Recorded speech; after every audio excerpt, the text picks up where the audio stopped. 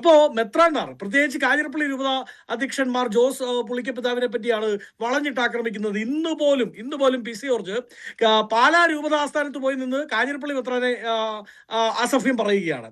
അപ്പോ അങ്ങനെ ഇദ്ദേഹം ഇലക്ഷന്റെ തലേദിവസം വിളിച്ചിട്ട് ഊളകൾ എന്ന് വിളിച്ചപ്പോ അതിന് തിരിച്ച് ആ രീതിയിൽ മറുപടി പറയാത്തത് സഭയുടെ മാന്യതയാണ്. അപ്പൊ സഭ അത് പറഞ്ഞില്ല. എന്നിട്ട് അതിന്റെ പിറ്റേ ദിവസം തൊട്ട് പി സി ജോർജിന് വേണ്ടി സഭ വോട്ടും കൂടെ ചോദിക്കണം എന്ന് പറഞ്ഞാൽ അതിനെ എങ്ങനെയാണ് ന്യായീകരിക്കാൻ സാധിക്കുക? രണ്ട് ഘടനാപരമായ തെറ്റുകൾ ഈ ചർച്ചയിൽ ബി ജെ പി പ്രതിനിധി പറഞ്ഞു. ഒന്ന്, ഫാരിസ് അബൂബക്കറിന്റെ പത്രമാണ് ദീപിക എന്ന്. ദീപിക പത്രമുത്തശ്ശി, ഇന്ത്യയിലെ തന്നെ ആദ്യത്തെ ഡെയിലികളിൽ ഒന്ന് ഡെയിലി. അങ്ങനെയുള്ള ഒരു പത്രത്തെ ഫാരിസ് അബൂബക്കറിന്റെ തൊഴുത്തിൽ കൊണ്ടുപോയി കെട്ടാനൊന്നും ബി ജെ പി കിണഞ്ഞങ്ങ് പരിശ്രമിക്കണ്ട. അങ്ങേക്കെന്നല്ല, രാഷ്ട്രീയ ബോധമുള്ള എല്ലാവർക്കും അറിയാം ദീപികയുടെ നിറം അത് കത്തോലിക്ക സഭയുടെ നിറം തന്നെയാണ്.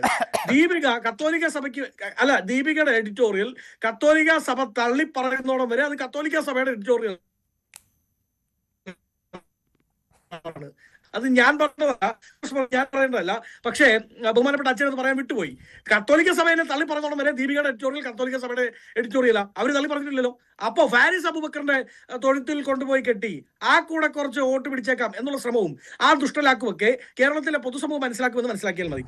രണ്ട് കാര്യങ്ങൾ. ഒന്ന്, ഇവർ ക്രിസ്ത്യൻ ഔട്ട്റീച്ച് എന്ന് പറഞ്ഞ് കേക്കും ക്രിസ്മസ് സമ്മാനവും ഈസ്റ്റർ എഗ്ഗും ഒക്കെ ആയിട്ട് അരമനകൾ കയറി ഇറങ്ങി നടന്നപ്പോൾ സമയത്ത് ഇവർക്ക് ഈ ബോധം തോന്നിയില്ലല്ലോ.